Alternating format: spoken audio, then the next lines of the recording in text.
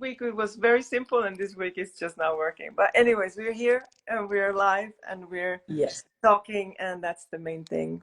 How are you doing? Yes, I think we've officially moved into season. There's snow on the ground here in Toronto, Canada, and I think the medicine of winter is clarity.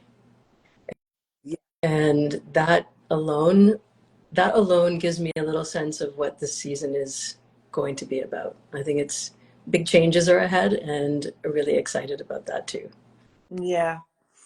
Uh, I always have this feeling that whole the whole earth or the whole nature is dressed up in whites, like all whites, and it's this Kundalini, like the aura is just like pew, it's just bursting out. But it's also, as a neurodivergent, I find it very soothing that there's very little triggers, like there's a lot of little impulses, so everything's very quiet. It's very soothing for nerves, and it really draws into clarity and contemplation at the same time. So it's beautiful. I love it. And we both live in cold climates, so Yeah, there's a different vibe for this kind of season. So I'm glad we're kicking it off together. Winter solstice is around the corner, yeah, and I'm excited to talk to you about leadership, about community, about all of that. exactly. Likewise, Yeah. likewise. So this is part of what we call the Rebellious Awakening talks, and it's two of your students who have started it. We are just like our sensei into social conscious actions and advocacy, taking the yoga off the mat as much as practicing on ourselves and our own spiritual growth and our own healing process on the mat. And I think we were both drawn to, both Maya, Khamala, and myself, we were both drawn to your way of teaching Kundalini yoga because it was aware of the context, and it was aware of the history, and it was also aware of the future, and it was very much not spiritual bypassing in a way of like, okay, I'm going to take an hour off my life to just zone out, but it was really zoning in and facing actually a lot of not easy things, like facing truths that are sometimes hard to face. And I can say that much for both of us, that we both come from activism and we come both from arts.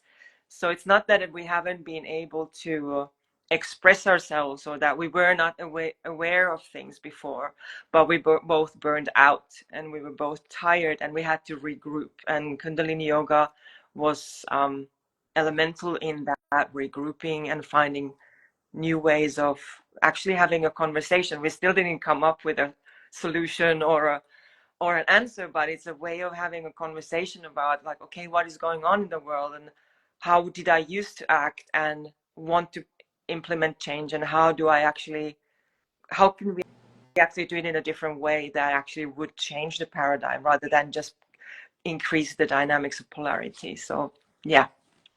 Yeah, all of that. I think that part of the era that we're living in right now calls us to bear witness.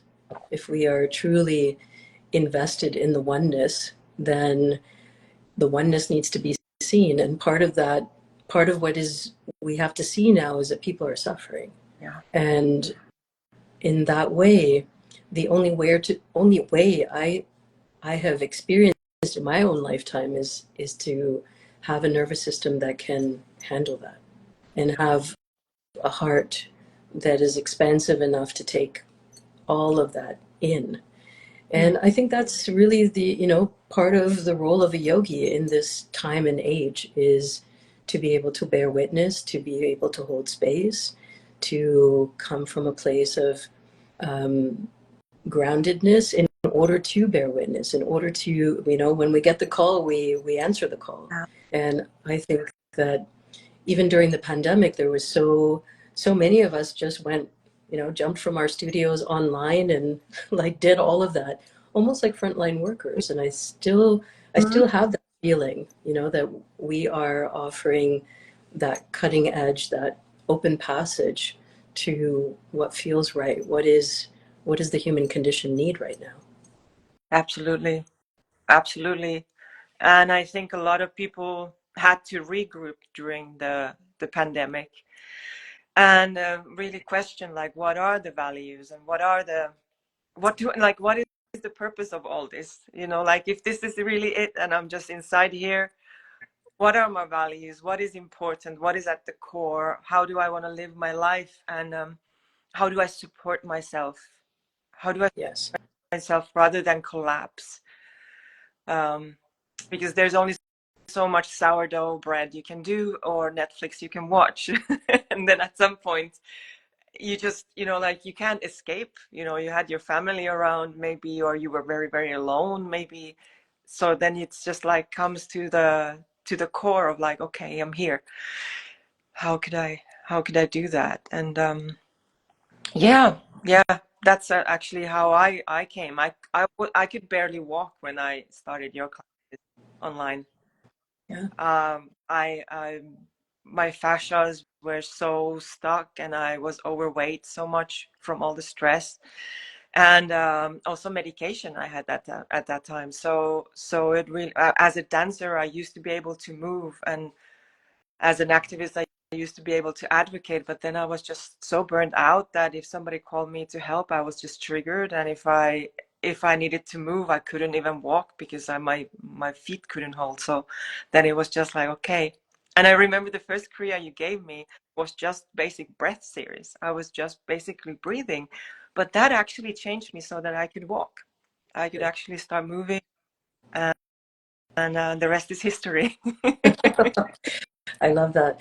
And I think breath really is the unsung hero, shiro in all of this, in the sense that it's such a simple thing. Every single person can do it. You don't have to be flexible. You don't have to be hypermobile. You don't have to have the right outfit. You just sit and really concentrate on bringing in more prana. And I think the reason for that is that when we get to bumps in our lives, where we're moving across a certain plane and there's a hill, there's a bump, we need the extra energy to move over that. And breath is such a simple and easy way to get that done. Yeah. And once we have that prana on board, it becomes a lot easier um, to answer the call. Whatever life is calling us towards, that's what we got to do. Yeah.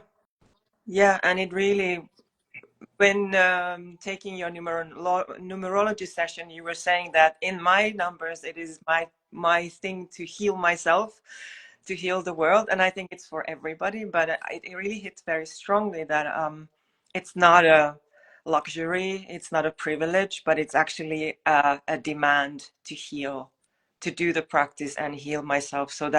And then my family started to react around me and saying, whatever you're doing, continue doing it. So that, and that I tell my coaching clients now as well, that like, I know that I've been there, and I know that it might feel very, very strange that you're doing this for 3 minutes and then this for 3 minutes, but it will reset and it will heal, and you're not healing just yourself, and it's not just indulgence, but it's a wider thing.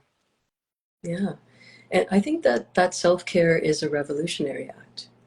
So many of us raised as girl children, later to grow up as women, and, identifying as women, there's a lot of conditioning that tells us put your needs aside, tend to the greater good. And that while that messaging might have been helpful for our parents and our extended family to have an obedient little girl, nice girls don't change the world. We know that. It's true. It's obvious. And not only that, but let's step into what is the meaning of Kundalini. And Kundalini is consciousness, and consciousness is the divine feminine. All of humanity, mostly all of nature, comes from the feminine. The creative source out there in everything that we do is being given birth by the divine feminine. And that is Kundalini, and that is I think the reason why some people find it very dangerous, because all of a sudden it's licensed to be embodied, licensed to act accordingly and call out, to be the true speaker. And when we're in that place, we're not nice girls anymore. We have our own mind and our own heart and our own direction. And I think that's really a very powerful thing to do. So Kundalini yoga was the path for me. And as each one of you steps into Kundalini training with me, I feel very blessed and very aware of my responsibility to offer the teachings in a way that's culturally appropriate, that is respectful for the history of not just the lineage itself, but also your personal history, my personal history, and to really, have that conversation. Because I think being in community really requires us to be able to navigate conflict. You can't have a group of even 3 people together and expect everybody's going to agree and set the priorities as the same. So how do we navigate? And I think that's partly learning how to resolve conflict within ourselves, having a body chemistry and a body physiology that allows that, and then also the brain that goes with the brain that goes with it, obviously. Yeah, and definitely the world is so, like, the whole societal mechanism is so infused with the patriarchic or the masculine way of behaving, and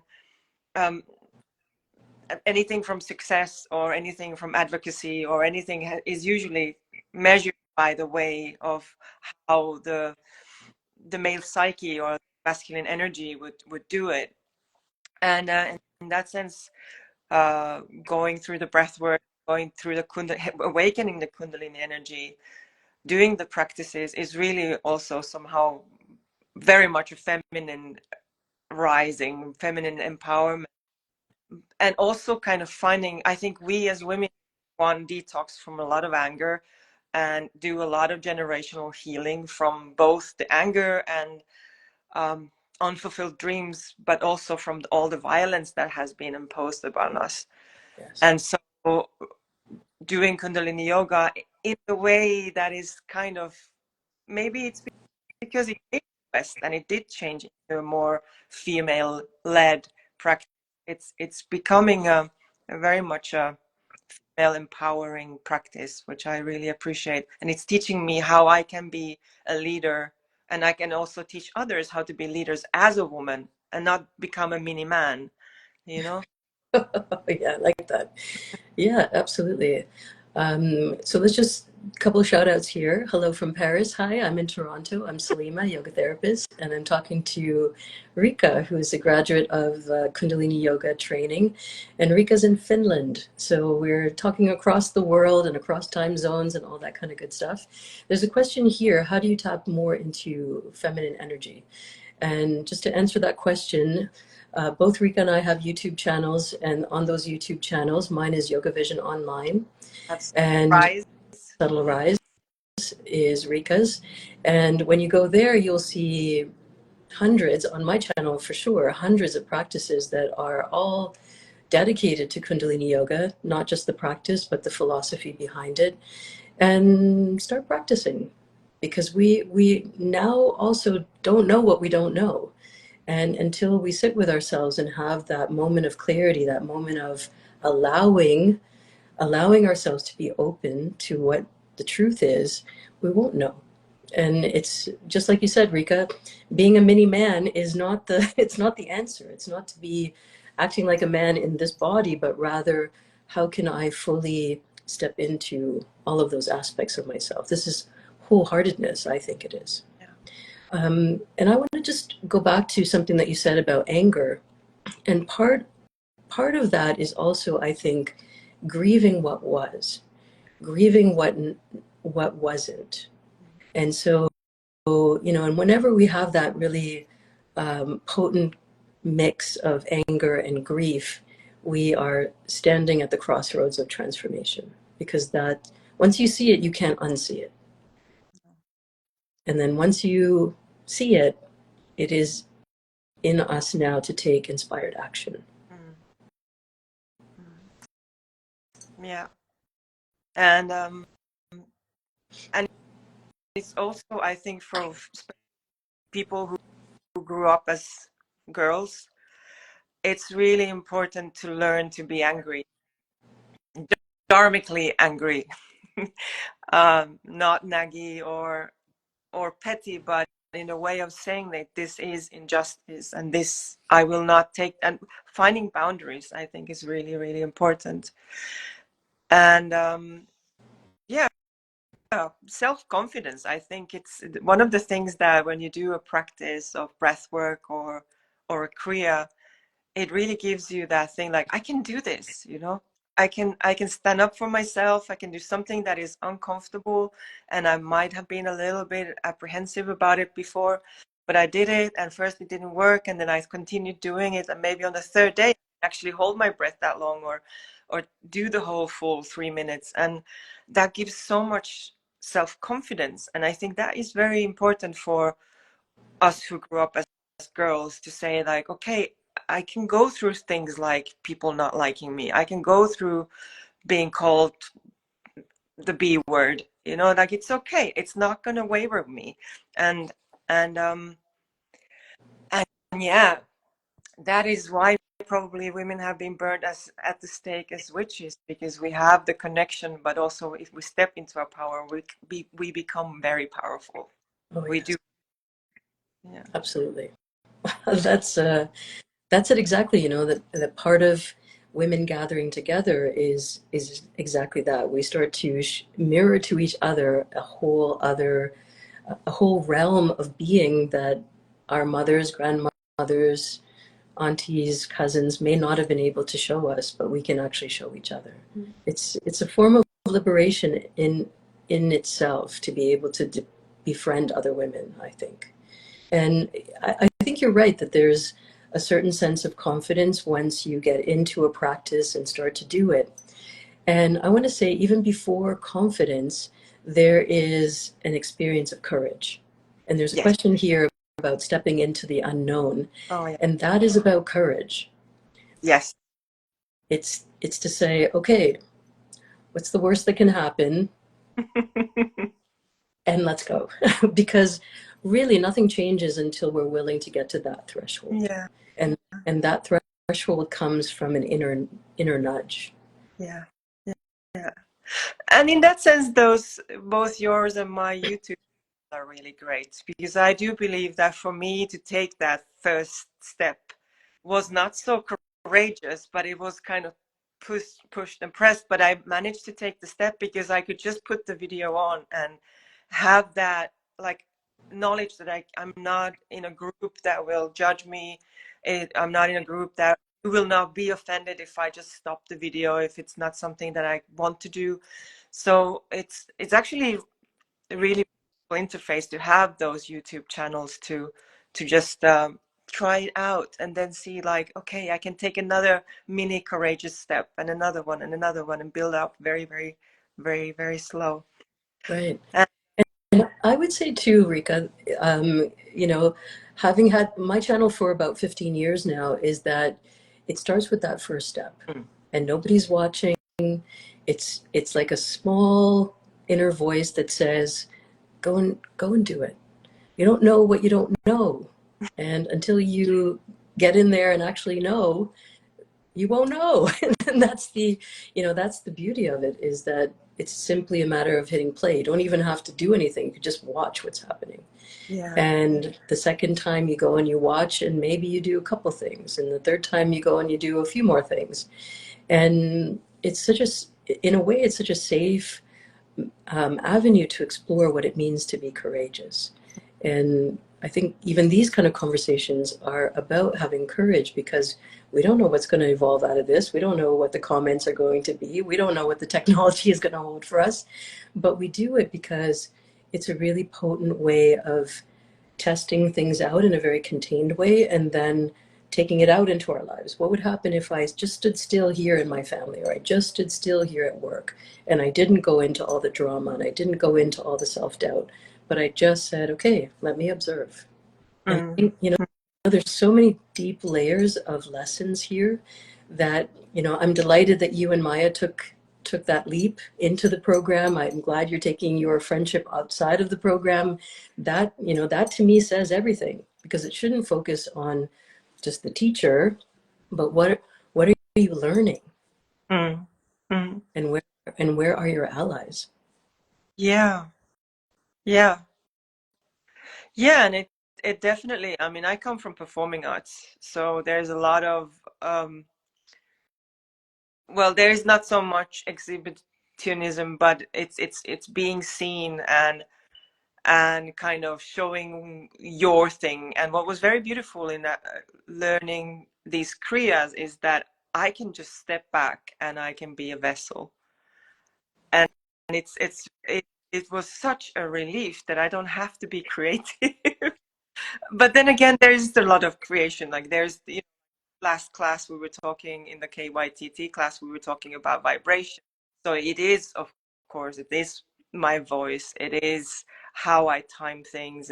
How I curate the whole everything together. Of course, there's a lot of artistry in that, and aesthetics and experience. But the fact that one can just lean back on this ancient technology and say like, this works really powerfully. And actually it's even when I'm coaching people one-on-one, and which is much based on talk, like we're talking about their things, about their businesses, about their lives, and then the ability to say like, okay, we are here, and this seems to be heavying your heart, or this is giving you problems. Now here is something that you can work on it. So it also emancipates in a way that I can, I, I have this tool, I have this technology, and I can implement it and heal myself. Yes. That is, Yeah, I think so too. And I think it's really worthwhile to remember in this moment, in this conversation, is that 80% of change comes from the body, of yeah. taking that action. 20% comes from here. I'm deciding to do something, but actually to do it comes from this part here. And making sure that we have now avenues of approaching life challenges. Life itself is an embodied experience. It's body, mind, spirit.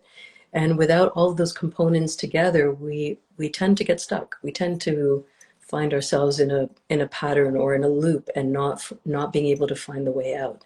And agree that, you know, Kundalini yoga has a lot of solutions, because it is maintaining mantra, it's maintaining meditation, it's maintaining breath work and movement. All of this together are like 7 practices in one, 7 forms of yoga in Yeah. one, under one umbrella. So, you know, talk about a triple size or like a 10x kind of experience. That's what it is. And the beautiful part is that every single person who steps in, we could all do the same practice, but everyone who steps in gets something different, because your body, your nervous system, your personhood is different from mine. And so the chemistry of all of that shows up through the practice. Mm. You know, maybe there's some fear to alleviate, maybe there's some open-heartedness that's required. And so all of this, you know, starts to have a flavor, a very unique flavor of its own. I wanted to, you know, add one more piece there, is that yoga itself is thousands of years old. And if we think about thousands, 5,000 years old, we're talking, you know, 63 generations of our families, 63 generations. And that, I mean, we as humans don't do things if it doesn't work. Yeah. Yeah. Yeah. So, That you know, was there's a that, test. that was There's a testimony there. That in and of itself is a testimony. yeah. And I think that means to me that being time tested, being proven in that way, is really powerful. And a lot of the science that we're exploring now about the nervous system comes from the study of yoga. Let's use Stephen Porges, for example, who, I don't know, discovered the vagus nerve. How did that happen? Oh, we want to know why yoga works. Oh, and now here we are in this understanding that there is a nerve that travels all the way through the body, and yoga, meditation, breath work has an impact on that particular nerve. And so this is where the ancient sciences are now informing modern science. And I think, again, testimony to what we knew in an ancient way, that these things work. Absolutely. Absolutely. Absolutely. And I always, when people are saying like, how do they know this and da da da da, but I mean, we have been so desensitized from our bodies. And if you think that we are living in the Kali Yuga age, which we are like basically used in chaos, and people used to be much more connected to, and plus it's been generations and generations have been kind of developing them even further. Um, I totally understand why they work, and I think we need a little bit to be have a little bit humility in the way that we don't know everything, and that we have actually very blunt perception of what humanity or humans are. And that's why I think the 10 body system is very beautiful, in a way of just saying like, it's not just body, it's not just your thoughts, but you have actually a negative and a positive and a neutral mind, and you have a soul and you have a radiance, and how do you and it's all in motion and it's all movement, and how do you, like if you talk about advocacy and activism, I just realized that a lot of times my energy was quite violating. I would just come in and just kind of have a very aggressive energy. And, like how do I step into ahimsa or non-violence, or how do I actually use my energy to create change? So there's so many layers in us that we are Yes, not seeing in the modern world, and it just feels like we're making ourselves more stupid or more simplified than we could be. absolutely. The technology of our human experience is so vast, so we have 10 bodies, we have 8 chakras plus plus plus, we have the doshas, the tattvas, we have so many different layers, and so much sophistication, if only we could tap in. And I think that's where, for me, that's where Kundalini yoga really opened a lot of doors, where I might have felt limited, where I might have felt, here I am, a woman, I'm brown, I'm queer. This is like, how is this world? How am I ever going to exist in this world? And actually, in the image of the creator, exactly where I should be and exactly how I should be. Yeah. And so I think that piece alone, that piece creates peace that we can show integrated, you know? And part of that integration for me has been about leadership. I knew at my desk job 10 years ago that I could never really rise to where I am now. That something bigger would have had to happen, would need to happen in order for me to reach my potential. Mm-hmm. And that came with a lot of risks, exquisite risks, the kind of risks where your parents go, are you sure this is not how we raised you? And into a place of yoga and meditation, my parents, again, are you sure? Like, are you not going to convert? Are you? And and some of this is just putting down the noise and stepping into the grace of all of it, and having a really robust way of looking at the world rather than act or react. Act or react. I mean, I was very good at that, but but I think what we've come to learn, and certainly you're a good example, Maya's a good example of, you do too much of that reacting and you burn out. There's only so much neurochemistry that we can sustain and maintain without the system saying, no, no go, can't do it anymore. Yeah.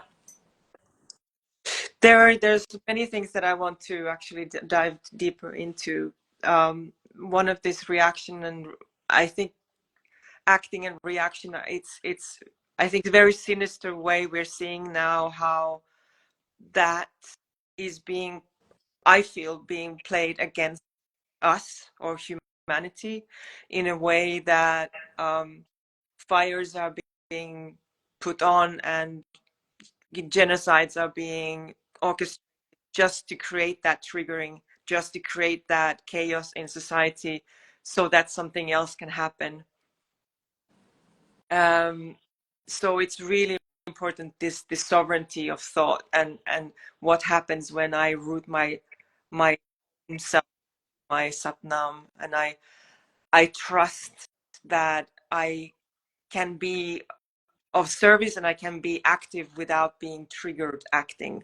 That the triggering, I need to take a moment before I act, so that I'm not just responding into this reflexive tennis between opposites.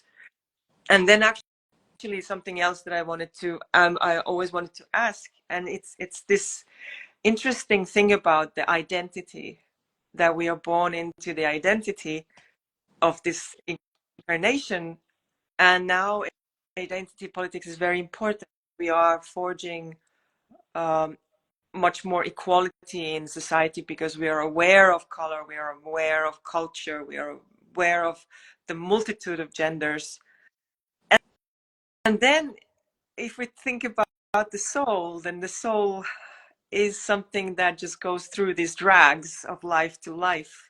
So I'm just curious, how do you see that? Also, as a person teaching, or who have taken upon Kundalini yoga before it was sort of, or you're kind of forefront in changing the face of Kundalini yoga. Yeah, it's a great question. I thank you for that. I think the first thing that I found really important to apply was a sense of being trauma informed. Because without that, without an understanding that people come into yoga for healing, we already lose the plot. It's not about fitness, it's not about sport, although some branches and some forms do take that route. For this particular form, it is really about self-awareness, self-realization, self-love, and that kind of capital S self, not the self that is like, oh, it's my time, don't knock on the door. It's not that. It's more of, when I care and tend to my own experience, then I can show up fully and completely as myself and hold space for others. And so, yes, I think that was the first piece. I certainly went into yoga and meditation for that purpose of healing, of finding my voice, all of that. And then the secondary parts are about leadership, because once you get in there and do some work for the nervous system, it starts to serve you new opportunities. We get served new opportunities, right? Coming on lives, setting up a YouTube channel, like all of the things that maybe before could never even conceive of, but now we're sitting in the front row of that. And so part of it has been about being trauma informed, then leadership, and then impacting the world. Because I think in order to lead others, there has to be self-leadership. Yeah. Period. End of story. And part of that self-leadership is, I'm tired. Part of that self-leadership is, I need to go and refuel. I need to eat something. I need to drink something, very basic things. But also that the tentacles of the past also have to get dealt with. Because until we do that, we are living in the past. And in order to be front-facing, forward-seeking, that has to get cleared. And I'm not saying all those issues disappear. I mean, they become navigatable, negotiable, and also contextual.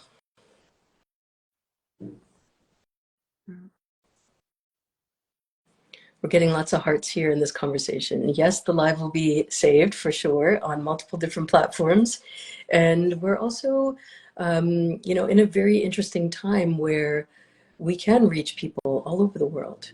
And we are global. And that's also the difference that's happened post-pandemic. I mean, how did you and I find each other? You in Finland, me in Canada. It was YouTube. Yeah. It was YouTube. Yeah, I was just looking at the question. Like, I wasn't really sure that how would you advise someone to let boundaries not protect your energy? Um,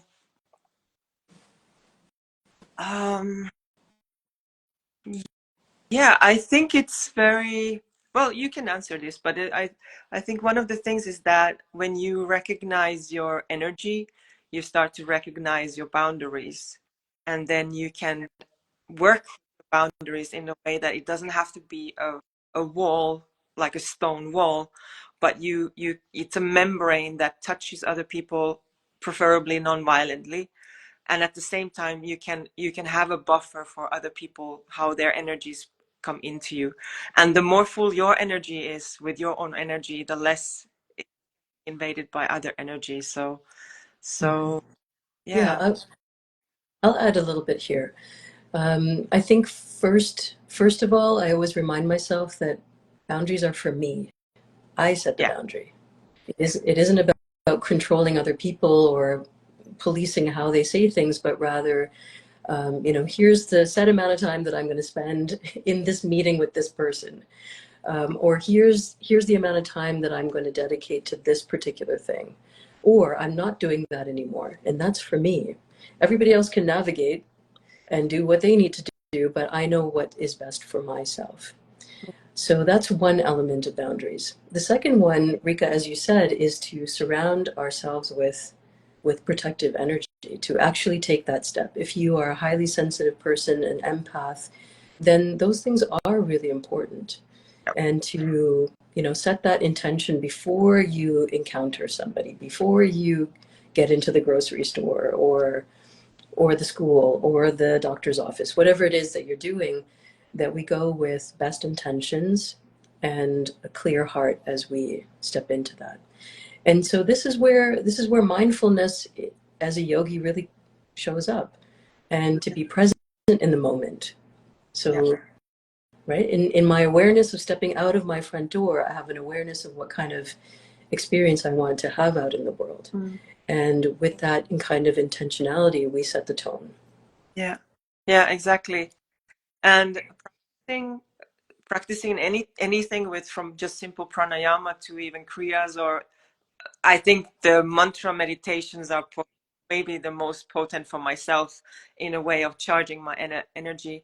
But we can also raise our frequency, and when we're able to kind of lift ourselves and not fall into the mud, you are actually already protected, because we become magnetic to the same frequency that we are, where we are ourselves. So this kind of negative energies are not so easily magnetized towards us. So Absolutely.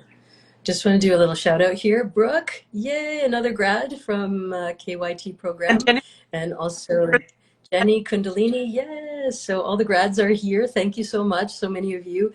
Please drop a question in the chat. We're going to be here for another 10 minutes or so. And if you have questions or you're curious about how Kundalini Yoga works, we have YouTube resources to make sure that you get to, and also to know that there are many ways to take on the practice. One of them is to actually go and do a solo experience. And then I would say now what is really important is that we come together as community. Because I found over my time here in spiritual realms that oftentimes spiritual people are one of many in a family, or the only one in a family. Everyone else is following a prescribed religion, or maybe in a more heteronormative type of experience, or doing things the way it's supposed to be done. And when you can locate a community of people who are willing to test the boundaries, who are open to new language and new ways of doing things, I think we find a really comfortable home there. And I don't mean comfortable as in, nothing changes, but comfortable as in safe. And safe meaning trauma informed, diverse, inclusive, and a willingness to engage. yeah. Yeah, I think you are really good in creating the groups where we can both share our deepest wounds and difficult times and cry, and then also share our wins and happy moments and ahas and bliss. And I think I'm more of this one-to-one person, because yeah, I do coachings, one-to-one coachings, I do Kundalini classes, but I think where it really comes into the potency is that kind of curated combination of discussions and then the meditations that really take you to the next step. So we're kind of doing the the two polar, like I'm the Yes, one person and you're the group person. yes. this is probably the kind of communities that I always wanted and needed in my life. And so, sometimes we start there. What's missing? What do I need? What about this is a universal and that other people want to tap into? And I think that's what we need to do now. Gather our resources, take care of each other, community care, and then really go out there and stand ground, Yes. because there's a lot of distractions. Every time something big happens in the news, all of a sudden we start hearing about P Diddy again, and every time something surfaces, some Hollywood scandal breaks out, and I think, we've been around now. We kind of get where this is going, and I don't want any more to be pretending. I Mm-hmm. don't want to be pretending anymore. And I hope that, and I know that there are so many people out there who are, okay, I need the truth. I need the Satnam. Yeah. Satnam, by the way, is the foundational mantra in Kundalini Yoga. And it means that I am the truth, that there is no I, there is a oneness. Yeah. Truth is my name. I am the truth. And how do we let go of the pretend in order to step into that? Yeah, yeah, and just that made what you said made me think about this as a burnout activist, and then also seeing now what happens in the media in the United States and with women's rights, is this understanding that my energy and my has power. That if I hone to myself rather than just go start panicking and running around and doing all kinds of things, that I can actually find my power by zoning into myself for that half an hour, 10 minutes, 1 hour in every day. And that when we find that like, it's like the more we come together, the more power we have in that um, self-care, in our boundaries, in our self-reverence, in holding ourselves divine and important and valued. And so there's both this thing about myself, but as well the community, and that we can support those people who are now afraid and afraid for their future, and just saying like, I'm here, I hear you, I support you. I don't know exactly yet how, but you are not alone. Yeah. And actually, when I did this, so the activism I did was about asylum seekers and deportations. So a lot of times I got people out of the airplanes when they were supposed to be deported, or sat with them at the interviews with the police or the migration office, but also in the holding cells where they were not knowing what was going to happen, whether they were going to be deported next day or whether they're going to be there for next 6 months. It's horrible. So just the fact that they were seen, and just the fact that they were not alone, and just that there was somebody who's saying like, here's my nervous system, I'm lending my nervous system to release and calm you down, and I'm being your proxy, in the way of like, you can kind of regulate yourself and try to think clearly about what you want and what you need. I think that's what we need to do now in the whole global scale, with my American sisters, just to, like, whether your abortion rights or whatever rights are being taken away, or if you are a queer person, I'm here. I don't know what else I can do, but you're not alone, and I'm lending my power to you. I'm standing here for you. Um, and sometimes we don't give that value because it's not practically actionable. But I do believe that when we focus on something else than who is oppressing us, we can actually start creating culture that creates the change that we need to create something different that we're focusing on that can grow, so that can grow, and it will take over that whatever is oppressing us. So yeah, Yeah. I don't know, Yeah. but I'm just saying that this, where we've placed our focus, and that we stay elevated and clear and proud, is important. Agreed. You know, it's just like learning to ride a bike. You go where your eyes go. So if you set your eyes into the future, you set your eyes ahead of you, and you determine this is what I want. This is now called collective consciousness. You know, that as you and I rise, as the community people around us rises, then we all rise. It is, that is the truth of oneness. Yeah. And part of this call out for community, I think what you're saying is I think isolation and loneliness is the new smoking. It has such detrimental effect on our mental health, our emotional health, our physical health. And with the fall of the church and, you know, the disintegration of government that we used to trust, or we thought we could trust, we now are standing seemingly alone, but as you're mentioning, starting to embrace each other and embracing all of the diversity that that means. So nobody gets left behind. And I know that this is in some ways very idealistic thinking, but it's also true. I know it's to be true for the community that we're a part of, that nobody gets left behind. Anyone who wants to finish finishes. And that's true of teacher training. That's true of a class. That's true of a conversation. That's true of all of it. And I think that that's, you know, that's really where our power lies now, is in connecting with each other, uniting with each other, joining each other, and investing our resources into those spaces that really are upholding the greater good. Because everything, you know, everything costs money, that's true. But we can also choose now. And I think we have been, with the BDS movement, boycott, divestments, where we and sanctions, when we see the power of not spending on certain things, and we take that same money and put them into other places, GoFundMe's, community organizing, community care, we have the ability to change tremendously outside of a system, Yeah. like an honor system, actually. Yeah, exactly.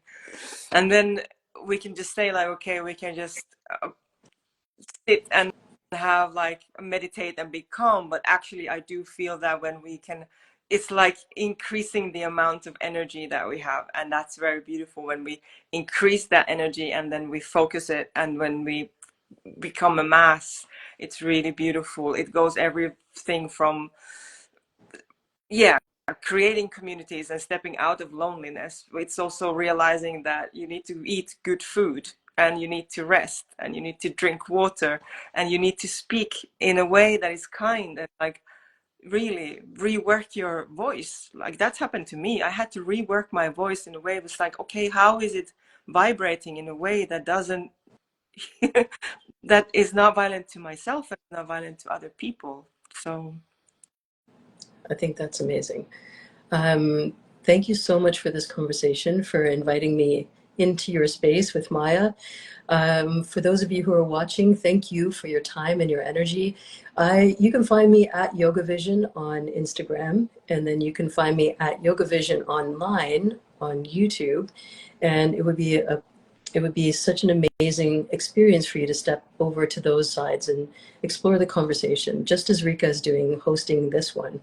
I hope you will also follow her at Subtle Rise, and also on YouTube at Subtle Rise. yeah. Yeah, so Salimah has the Harmony Within program, and then you have the Kundalini Yoga teacher training, and you do also numerology consultations, which are amazing. Yeah. Yes, Maya is teaching mostly locally, but also a little bit online. And I have every Thursday, I have live classes, and those are live on YouTube. But if you want to have more personal feedback, then you can get a ticket to the Zoom room as well. And I do personal coaching, and yes, I coach leaders even on CEO level. But I also really think it's important that everybody finds this next step so that you know what you're doing. So then me, Yes. Yes. Thank you for putting it out there. Satnam to you. Thank you for the opportunity to chat. It's always a pleasure. I always learn a lot from you, and in conversation with you is even better. Lots of love. Bye, everybody. Love you too. Bye. Bye. Bye. Bye. Thanks so much.